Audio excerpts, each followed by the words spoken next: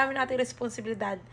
Kung sasama pa natin yung responsibilidad ng asawa natin, aangkinin pa natin yun na okay, your responsibility is to be committed to me.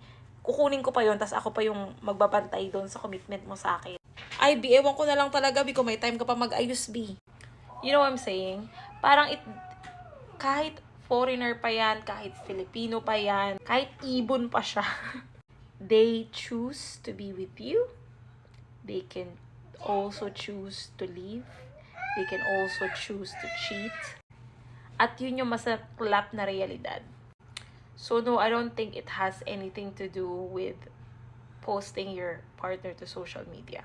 Oo, maraming mata na makakita sa kanila, makikita nila kung gaano, how great and how sweet they are, ganyan.